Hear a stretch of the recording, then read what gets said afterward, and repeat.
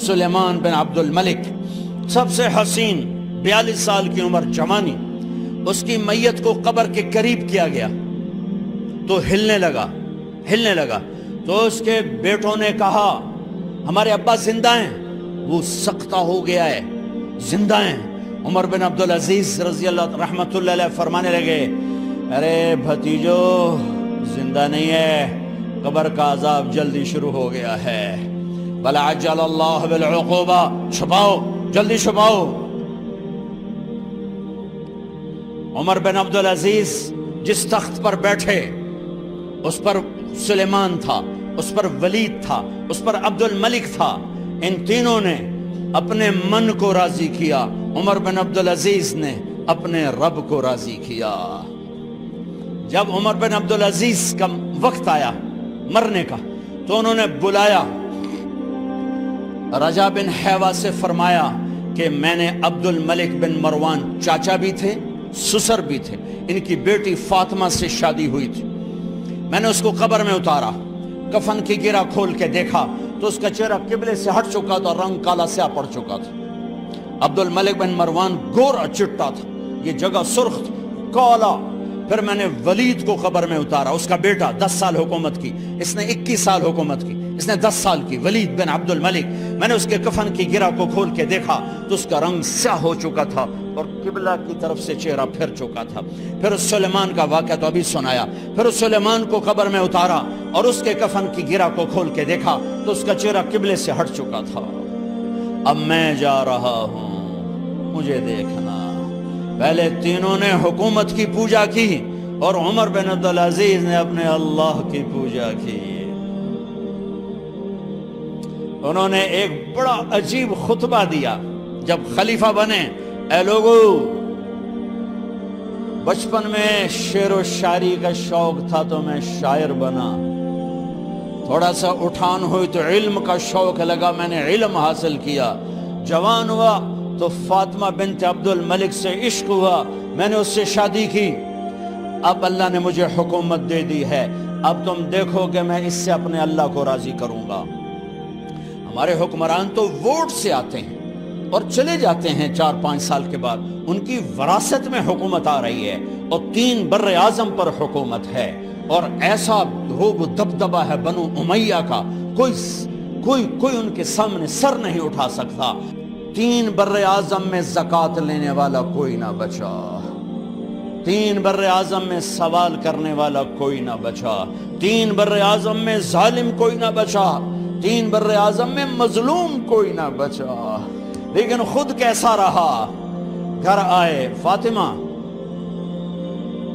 بڑے اچھے دن گزرے ہیں، اب امتحان ہے، میں تیرا حق نہیں ادا کر سکوں گا، طلاق لینی ہے میں حاضر ہوں، ساتھ دینا ہے تو میرے اپنے حق معاف کرو، اپنے حق معاف کرو۔ فاطمہ جیسی عورت انسانی تاریخ میں کوئی نہیں آئی، سیاسی لحاظ سے، سیاسی۔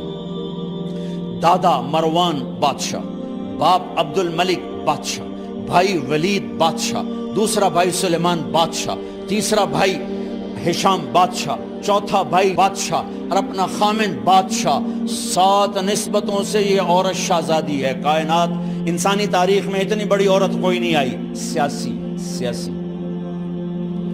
فاطمہ کہنے لگیں عمر، میں نے سکھ کے دن تیرے ساتھ گزارے ہیں، دکھ میں تجھے چھوڑ کے نہیں جاؤں گی، جو میں نے اپنے سارے حق معاف کیے۔ پھر حضرت عمر بن عبدالعزیز کی راتیں اور دن کیسے گزرے؟ مسلح پہ بیٹھتے اور روتے وہیں سو جاتے اور روتے وہیں سے اٹھتے، پر 3 بر اعظم میں ظالم کوئی نہ بچا، مظلوم کوئی نہ بچا، زکوٰۃ لینے والا کوئی نہ بچا، اپنی حکومت کو اللہ کی رضا کے لیے استعمال کیا۔ کیسے استعمال کیا؟ سارے مال فاطمہ کا سارا زیور بیت المال میں ڈال دیا، تنخواہ پہ آ گئے، عید کا موقع آیا، بچوں نے ماں سے کہا ہمیں کپڑے لے کر دو، عید آ رہی ہے، ہر آدمی اپنے بچوں کے لیے کپڑے لے رہا ہے، ہمارے بچے بھی کہہ رہے ہیں کپڑے لیں، جاؤ بھائی لو۔ فاطمہ کے پاس عمر 3 بر اعظم کے بادشاہ کے بچے آ رہے ہیں، ماں جی عید آ رہی، کپڑے تو لے دیں، ابا سے کہیں، کہ ابا سے بات کرتی ہوں. ابا تشریف لائے، خزانے لبالب بھرے ہوئے ہیں گندم کے ڈھیر کی طرح، کہ امیر المومنین بچے کپڑے مانگ رہے ہیں. فاطمہ میرے پاس تو پیسے نہیں، میں کہاں سے کپڑے لے کر دوں، میرے پاس تو پیسے کوئی نہیں.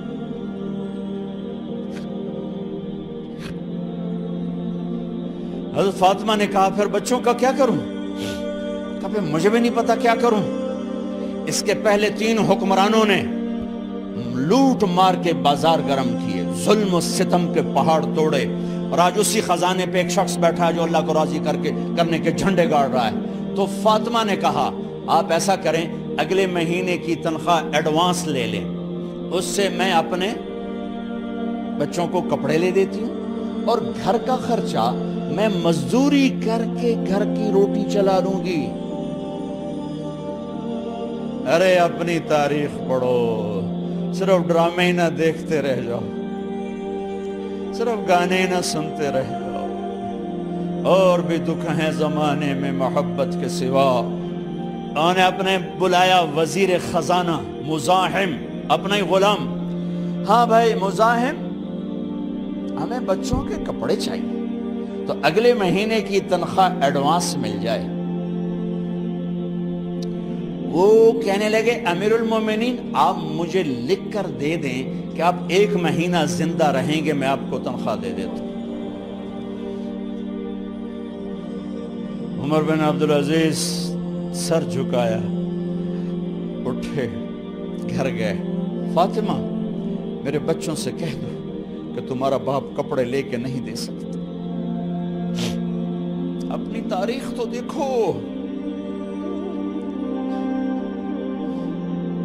عید کا دن آ گیا، خلیفہ وقت عید کی نماز پڑھاتے تھے، نمازیں بھی خلیفہ وقت پڑھاتے تھے. بنو امیہ کا خاندان ملنے کے لیے آ رہا ہے. سارے سرداروں کے بیٹے اعلیٰ پوشاک، اعلیٰ لباس ملنے آ رہے ہیں. تھوڑے دیر بعد دیکھا تو بچے بھی ملنے آ رہے ہیں. امیر المومنین کی حیثیت سے بچے باپ کو ملنے آ رہے ہیں، اور ان کے جسموں پر پرانا لباس ہے. حضرت عمر انہیں دیکھ کر ادھر اپنے سرداروں کے بچے دیکھے تو زرق برق پوشاکیں، اپنے بچوں کو دیکھا. ارے اس باپ سے پوچھو جو سب کچھ کر سکتا ہو اور پھر مٹھی بند کر لے کہ نہیں میں نے حرام کی طرف نہیں جانا. بچوں کو دیکھا تو آنکھیں ڈبڈبا گئیں، آنکھوں میں آنسو آ گئے. فرمایا میرے بچوں آج تمہیں اپنے باپ سے گلہ تو ہوگا کہ آج ہمارے باپ نے کپڑے ہی نہ لے کے دیے. ان کے ایک بیٹے ہیں عبد الملک، ان سے بھی 4 ہاتھ آگے تھے، ان سے پہلے ہی فوت ہو گئے تھے. کہنے لگے ابا جان آپ کو مبارک ہو،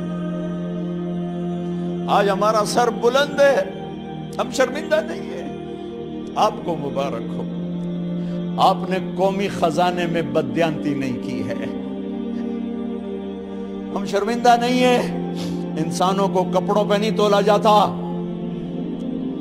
آج کا میرا دیس کا مالدار اتنا فقیر ہو گیا ہے، اتنا چھوٹا ہو گیا ہے کہ وہ اپنا تعارف کروانے کے لیے 50 لاکھ کی گھڑی لیتا ہے، 6 لاکھ کا جوتا لیتا ہے.